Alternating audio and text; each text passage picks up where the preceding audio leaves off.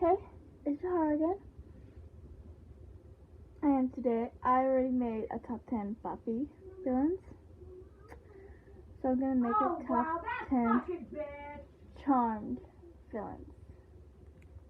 You Charmed villains, some of you have been waiting for this. If I can't speak, which apparently not today. Okay. So, let's get started. Number 10. Gideon.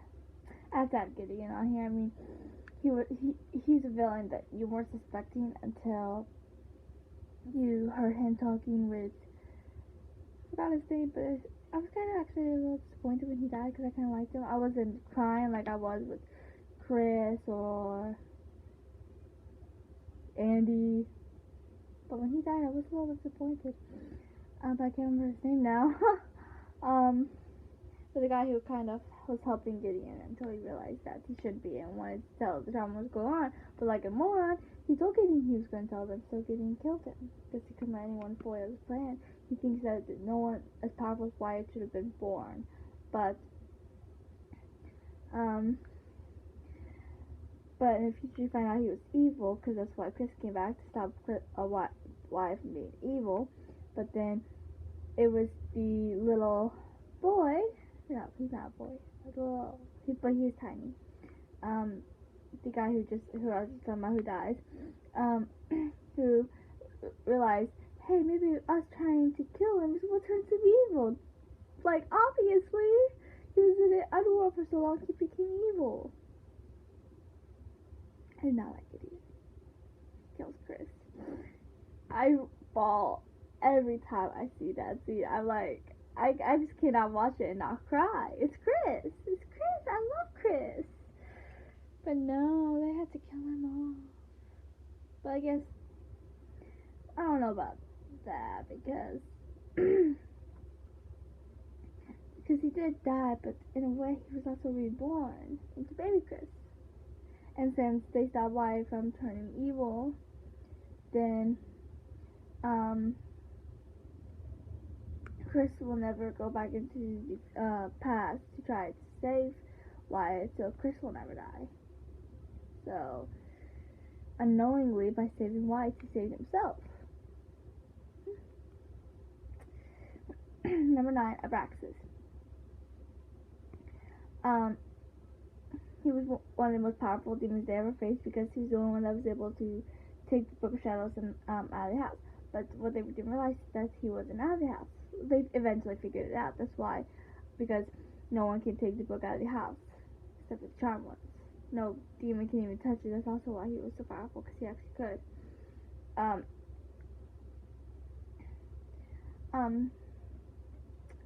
But it was right after Annie died, so Prue was ready to give up her powers, because that's what he was doing once he was done bringing all these stuff back, was bring back the demons they fought. Like he brought back the Boogeyman, the demon from the first episode that Piper was dating. I forgot his name. Starts with a J. That's all I remember. They brought back that guy Nick when they went back into the past to their mom making a deal with him.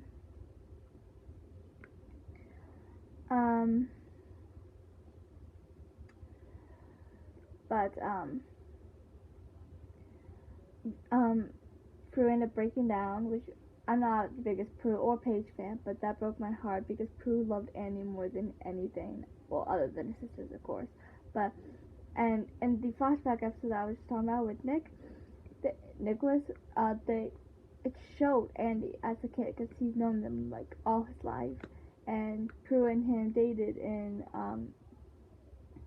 as teenagers, and they dated again as adults. And it was just really, really sad, I guess.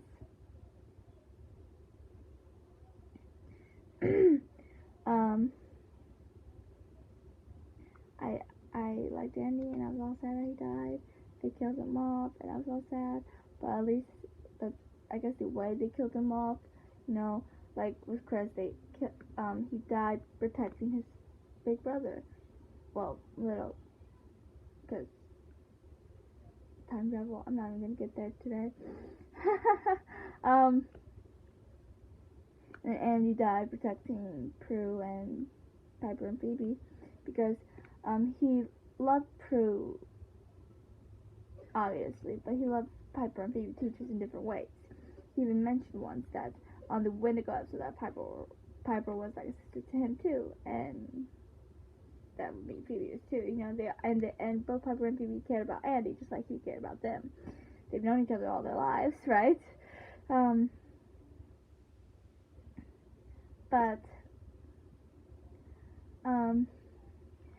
when she broke down saying, how can we be so good as witches if we can't even protect the ones we love, it was really sad. But then she finally, and they thought that the power of one had to be Prue because she was the oldest and most powerful, but they realized the power of one was to do them working as one, and that's also the first time they see Penny after she died, because then they realized that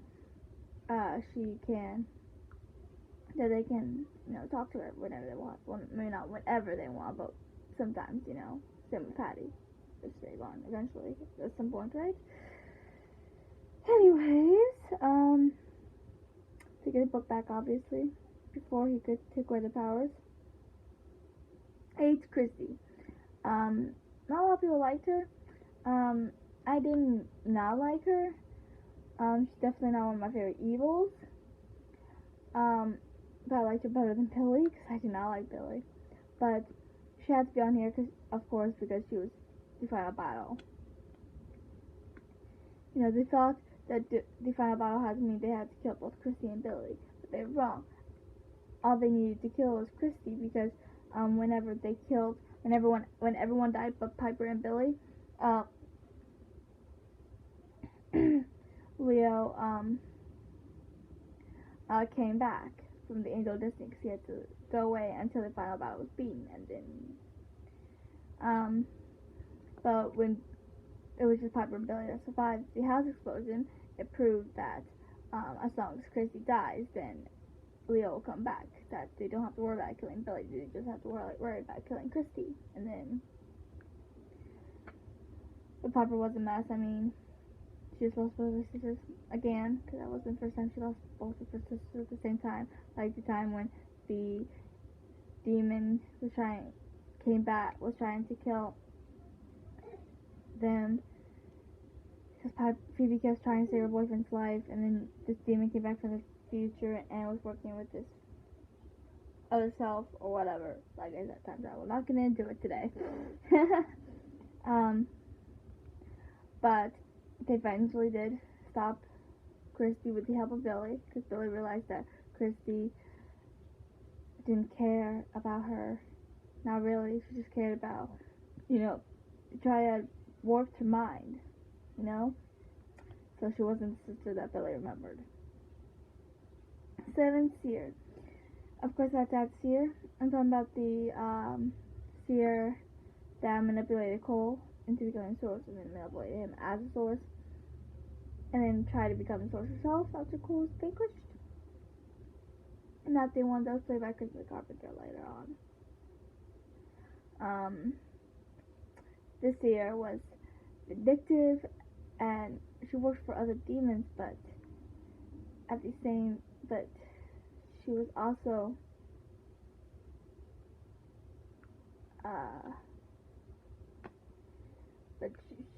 but she was vindictive, so she was manipulating people, you know. She manipulated Cole, she manipulated the Charmed Ones, she manipulated the entire demon race when she almost became the Source and had Phoebe and Cole's baby inside her belly. Long story. But she ended up dying with the baby inside her, so they both died. 6, the Source. I'm talking about the first Source of all evil, the one that they vanquished in season 4 before Cole became the Source. Kind of like the episode where he dies, because it's like one of those episodes where it shows what's going on at the end, at the beginning, and then you have no idea what's going on, and then it has to go backwards, like a certain amount of hours into the day or whatever, and then it shows step by step what happened to got to them to that point, because those episodes always keep you on edge because you're wondering what's going to happen, how they got from there to where they are now, you know.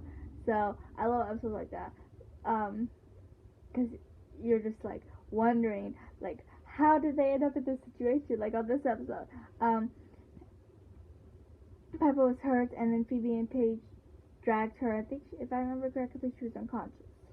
They dragged her to the attic, and then they woke her up, and they had to. And then this evil came, and they had to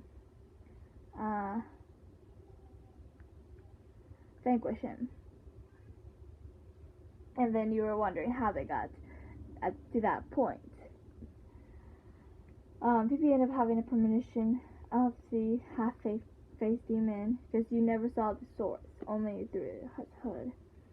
And then in this episode, you finally find out that the half-faced demon Phoebe saw in her premonition was the source. The Cool couldn't help much except for information, because he was no longer a demon. I liked him best when he was Balthazar, to be honest. Anyways,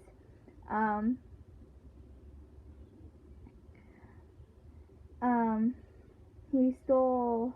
Whose powers did he steal? He stole everyone but Paige's, right? Yeah. No. He stole Paige's. Eventually, I believe. Yeah. But they were able to stop him and get their powers back, obviously. I mean, no one can stop the charm ones. They're the charm ones for a reason. Number 5, Evil Wyatt. On the episode, you find out that Chris is half witch like Paige and half Wildlighter. You see him go into the future again with Bianca, and you get a little insight on his life, how difficult it is to have an evil brother who tries to manipulate you into joining his evil side when he doesn't want that life, you know. And you get a little more insight on how hard it's been for Chris.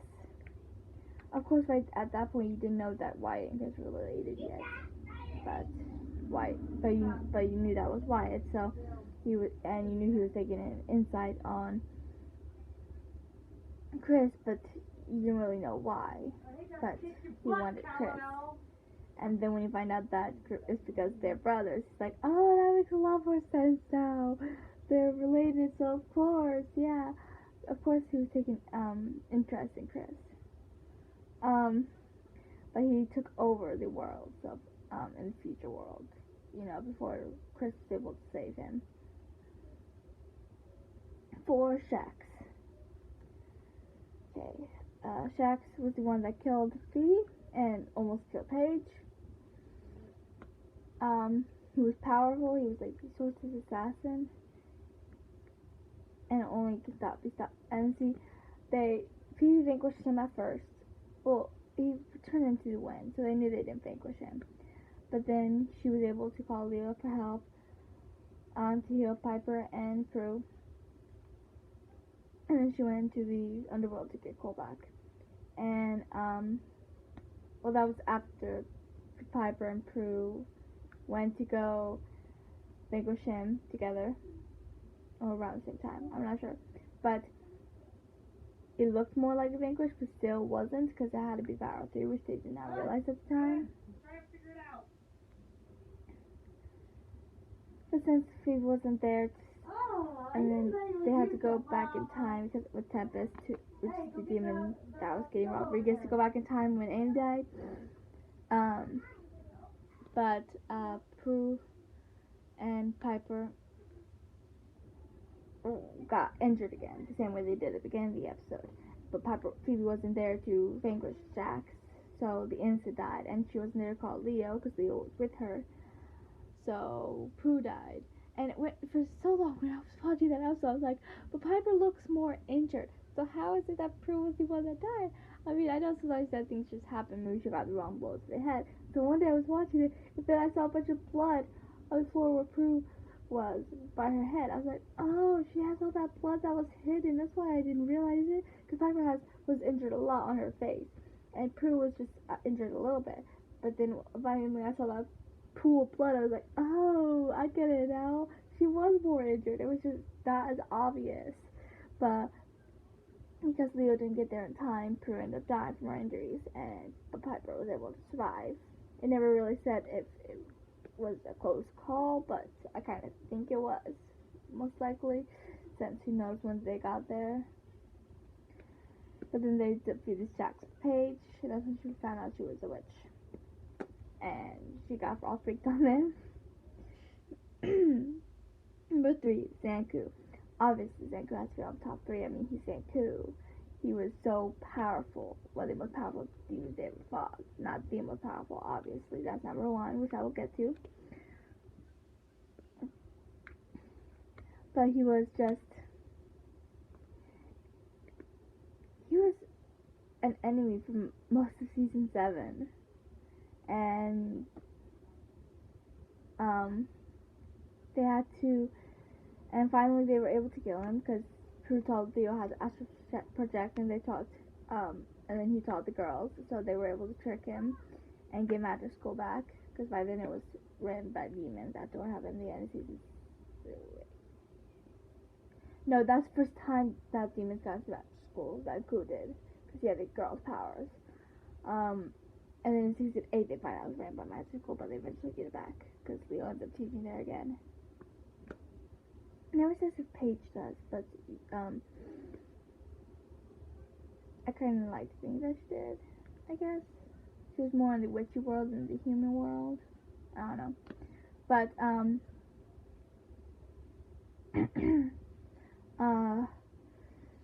Zanku was powerful, and the only way to kill him was to kill themselves in the explosion, because there's no way to get out.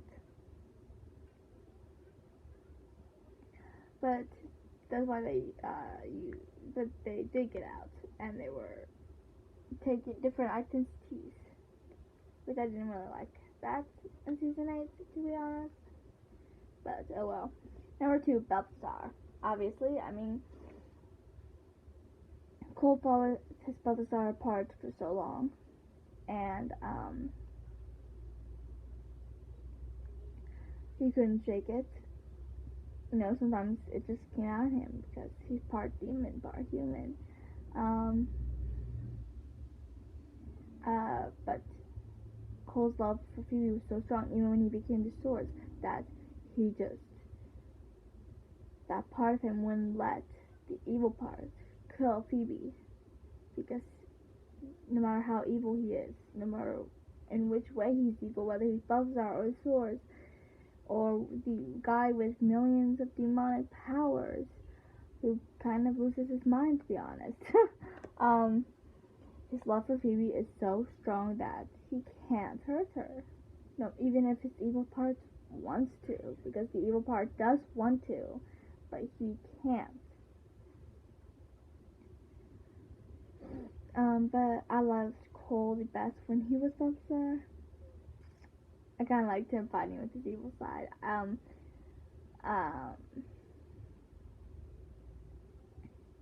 But Balthazar was really powerful, and he was like one of the Source's right-hand man or whatever.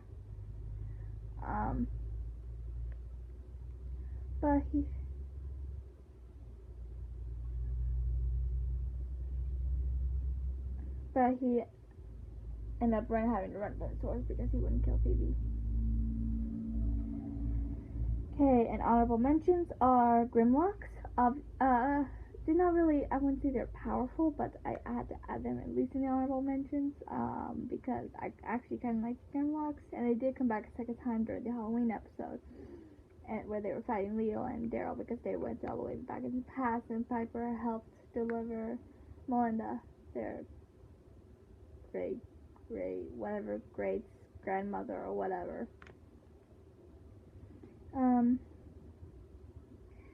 And the Triad, obviously, because they were the ones that were pulling the strings with Cole when he first got there until Cole killed them.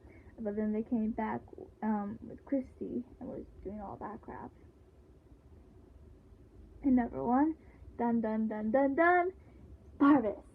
Well, obviously, it has to be Parviz. I mean, he's Parviz. He's the most powerful and most dangerous demon Deadly Charm was ever went up against, ever. For a couple reasons. One, because, well, he's demon of fear, which is someone who can manipulate your fears, is scary. That's why Freddy Krueger is the scariest horror movie villain.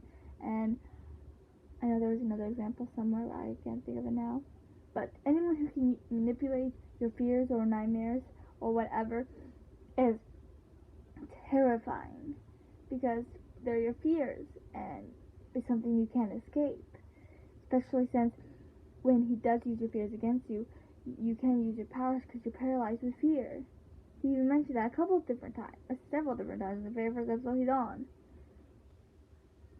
And the only way to do, and another reason why he's so scary is because you can't actually vanquish him. You can only banish him by overcoming your fear. That's how Prue was able to banish him when it first ran into him, because she was able to overcome her fear because Phoebe needed her, because he was going to kill Prue with her fear of water, of drowning, and then have kill Phoebe with her fear of losing his sister. And I really like at one point in that episode, Phoebe was like, I know how you kill, and you can't, and there are no elevators around here. And Barbara's like, you think elevators are your greatest fear? You humans need to look deeper. Your greatest fear is losing a sister, and I get 2 for 1. I think I watched that episode a little bit too much, but oh well, because it's Barbara, so you can never watch Barbara too much. So yay. I love Barbara, I do. I also like the episode where, the first episode, he comes back with Paige, because he was on twice with Prue and then several times with Paige. He's the one demon they can't actually vanquish. They can only banish, so he always comes back, always. And Paige accidentally helps him come back because Cole was going all crazy because Barbara was trying to manipulate Cole, and then he came back and stole Cole's powers. And then Piper and Phoebe got mad at her because she brought back the one demon they could vanquish. They even mentioned some other demons that they can vanquish, even if they weren't easy to vanquish right away, because no demon really is. But they were like, why did he have to be with Barbara as the one demon we can't actually defeat? Because they're right. He's the one demon they can't defeat because you can't vanquish fear. That's why you can't vanquish Parviz, because he is fear. So, how can you vanquish the demon of fear if you can't vanquish fear? The answer is you can't. I love that episode though, because that's when he locks them all in their house and they can't escape. And then they all have to deal with fear, their worst fears. That's the same episode. It showed Piper's and Phoebe's, a couple of Piper's and Paige's. Paige, I think the one fear really showed her was claustrophobia, which showed at the very beginning, and then it kind of ended that storyline. But they never brought up the claustrophobia before or after that. And